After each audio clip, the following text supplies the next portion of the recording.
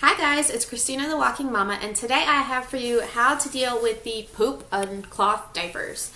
So when it comes to poop, there are three types of poop when it comes to cloth. So there is breast milk only poop, which is one of the easiest things to deal with.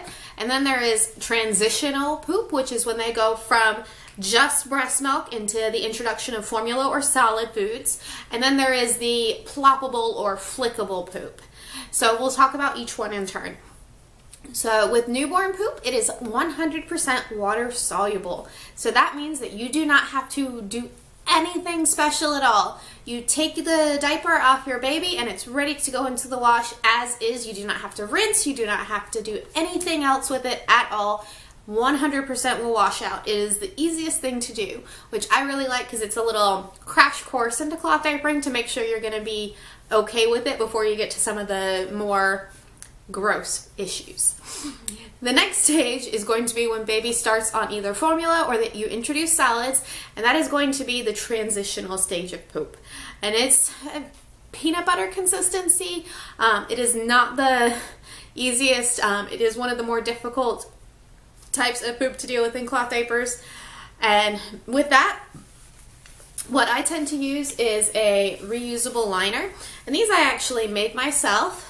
This was just a piece of micro fleece that I bought as a remnant, and I put one of my inserts on top of it and chopped it up until the right size. You can see they're not perfect, but it catches poop, so it doesn't have to be perfect.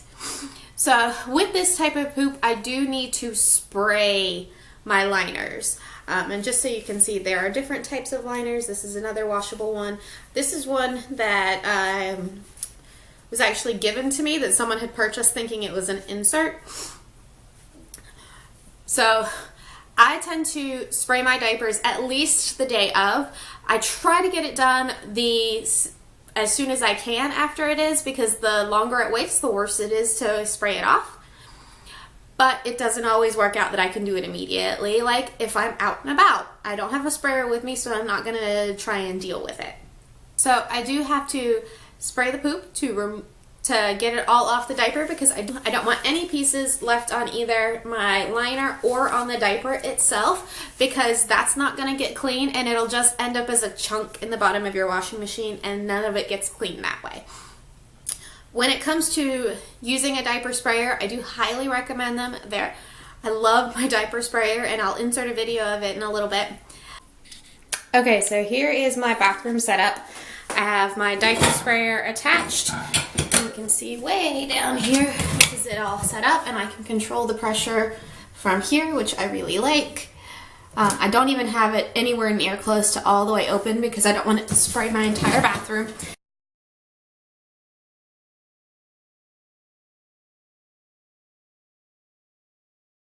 And then this is my little trash can that has the removable insert where I put the diapers after they get sprayed so that the wet bag doesn't get saturated and it doesn't start leaking on my floor.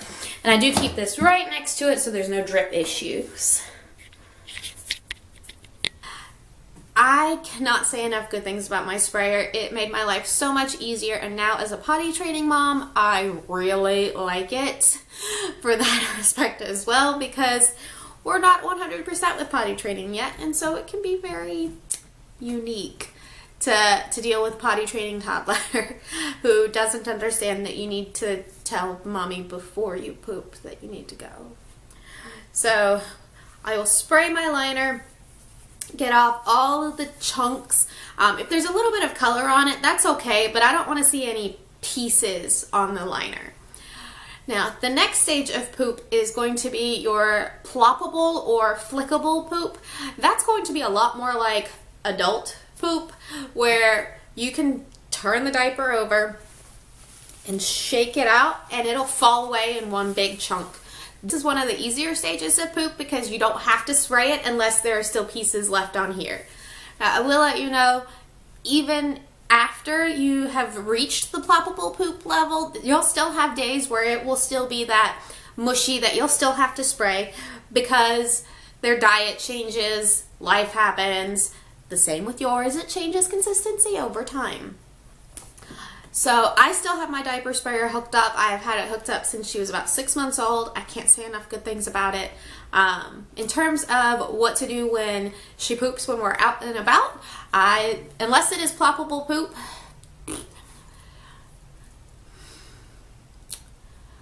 if it is not ploppable poop, I will just roll the diaper up and try to seal it as best I can, and then put it in my wet bag. If I have a 2-piece wet bag, I do try to put it in one separate from the others, just so it's easier for me to locate that diaper after I come home and I'm ready to spray it. And then if it's ploppable poop, I will just plop it into the nearest toilet and go home with it without that poop in it, because and I'll just plop it into the nearest toilet and be good to go.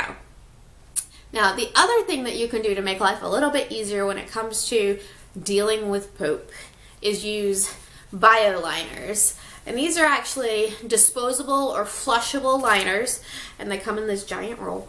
And this is one individual one, and so this goes between baby and diaper just like my washable liners do.